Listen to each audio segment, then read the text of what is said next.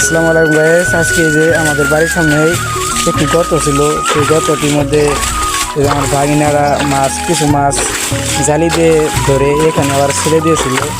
তো আজকে তারা গর্তটি সেচ দিচ্ছে। দেখা যাক গর্তটির মধ্যে তারা কী মাছ ছেড়ে দিয়েছিল এবং কী মাছ এখনো রয়েছে, দেখা যাক। এই যে আমার আরেকটি ভাগিনা চলে আসলো দৌড়ে।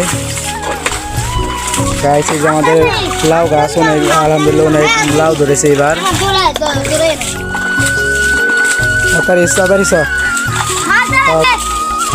গাছ আপনারা দেখতে পাচ্ছেন অনেক পানি কমে এসেছে, আর অল্পটুকু পানি রয়েছে। তাড়াতাড়ি শেষ দাও, তাড়াতাড়ি প্রায় শেষ হয়ে গেছে, শেষটি দেওয়া তাড়াতাড়ি সব।